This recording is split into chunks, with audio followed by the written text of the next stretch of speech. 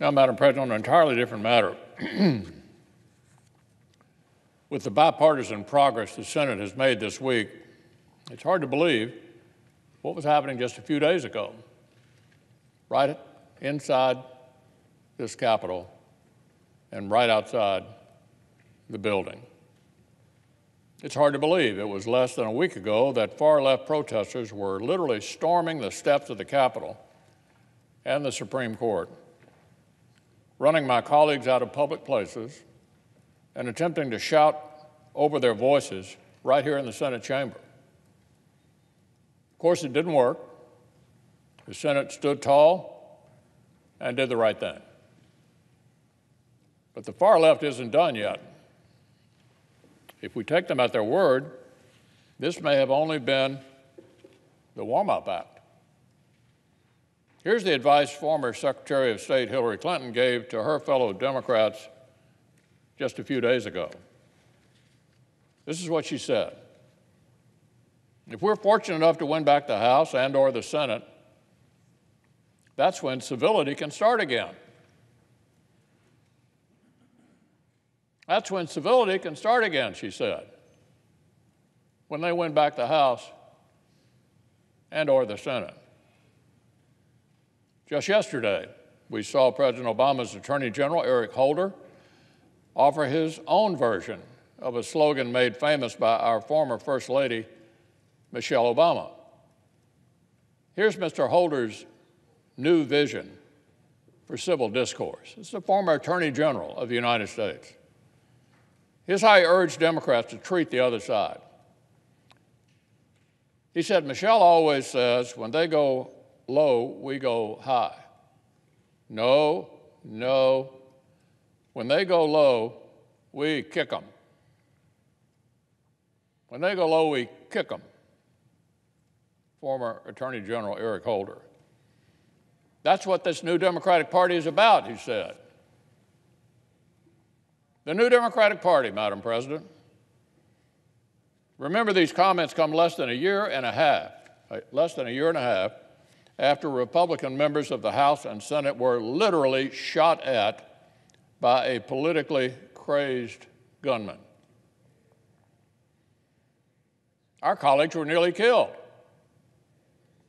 just a few minutes from the Capitol. Just these past days, there have been graphic death threats. Senators and staff have needed extraordinary police protection. And the Democrats calling for more incivility and more rage? Calling for more incivility and more rage? Look, there isn't a firmer defender of the First Amendment than me. It is vital that citizens be heard. Americans with strong opinions on both sides of last week's debate spoke up in a civil, respectful way, and our nation was better for it. But look, only one side was happy to play host to this toxic fringe behavior. Only one side's leaders are now openly calling for more of it. They haven't seen enough. They want more. And I'm afraid this is only phase one of the meltdown. We're already seeing desperate voices on the far left explain that, because they lost this fight, even more drastic steps are in order. There's crazy talk about impeaching Justice Kavanaugh.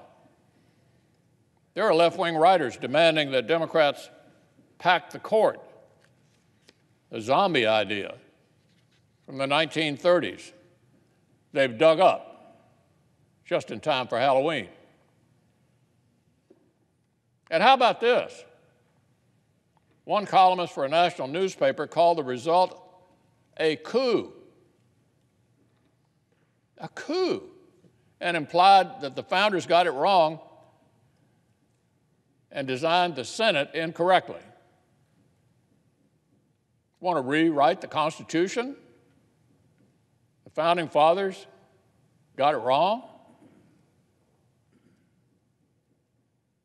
Handling defeat badly is one thing, Madam President, but regretting the Constitution itself because you don't like how a vote turned out? Really? This is something else. But I guess it's not entirely surprising, given the outright embrace by many on the left, including elected officials, of radical concepts like open borders and socialism.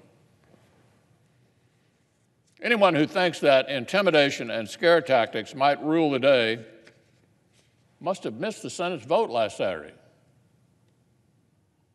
Maybe they weren't tuned in.